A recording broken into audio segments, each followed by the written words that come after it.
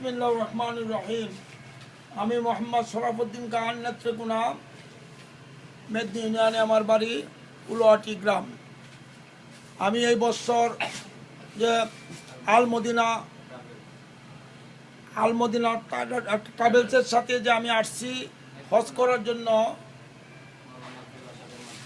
মৌলানা হাফেজ মৌলানা আবদুল্লাহ সাহেবের সাথে, এখানে আমি যতটুকু ভাবি নাই তার চেয়ে অনেক বেশি আল্লাহ পাক এখানে আমরা মনে হয় সবাই পেয়েছি। কাবা এবং কাবাগরের কাছে নিকটবর্তী ছিল এবং কাবার কোনো অসুবিধা হয় নাই। সব কিছু যা আমরা মনে করতে পারি নাই তার চেয়ে অনেক বেশি পেয়েছি।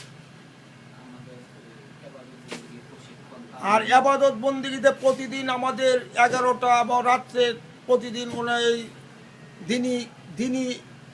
দিনই তালিম হচ্ছে।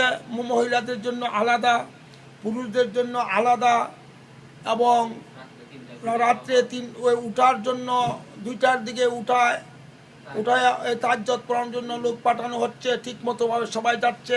এরপরে আপনার সবসময় যাতে আমরা একটা আমলে থাকতে পারি সেই জন্য উনি সদায় সর্বদা উনি আমাদের খোঁজখবর নিতেন আমাদের পাশে থেকেই।